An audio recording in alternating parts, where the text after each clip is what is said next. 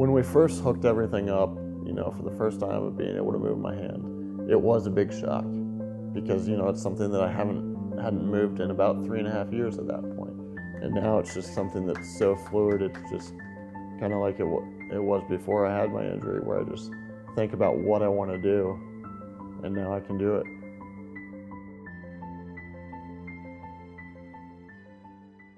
Several years ago, Ian had an accident while on a family vacation. He was left quadriplegic from a spinal cord injury. The doctors told me that I had broken my neck, and I had a spinal cord injury at the C5 level, and that most likely I'd be able to move my shoulders around, but nothing else for the rest of my life. With this injury, signals from his brain in the motor cortex area, the area responsible for movement, are intact. But the signals arrive at the injury in the spinal cord and they're completely blocked and can't get to his muscles, so he can't actually do movements.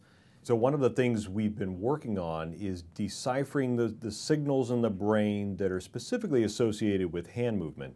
We placed a tiny implant into the motor area of the brain, and we have a connector secured to the skull, and this is kind of our window into Ian's neural activity. So now, once the system is connected, we show specific images of different types of hand movements. And we record the signals specifically from the brain that are associated with those movements, and we learn how to actually decipher those signals. So if I think about opening my hand over and over again, they can see what's kind of lighting up, and then they know that that's me thinking about opening my hand.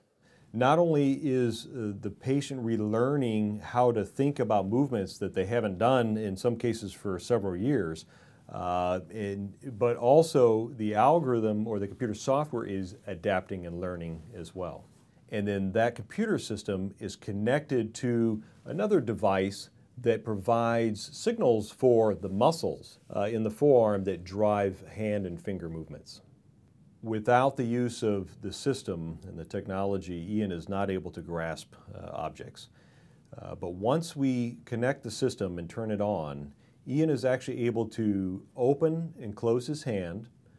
He is also able to pick up objects such as a bottle, and then he's able to switch to a fine pinch grasp just by thinking about it, and he can pick up smaller objects. This is the first time a completely paralyzed person has regained movement just by using their own thoughts. We're in the early stages of development in the lab only, but we hope that one day we can take this technology to the point where it helps people not only with spinal cord injury, but also folks that have experienced a stroke or even a traumatic brain injury. If all the work we're doing can help anybody get more independence back, I mean, that's great. I really cherish the independence I had before my injury. So if you can give someone that ability back, it's huge.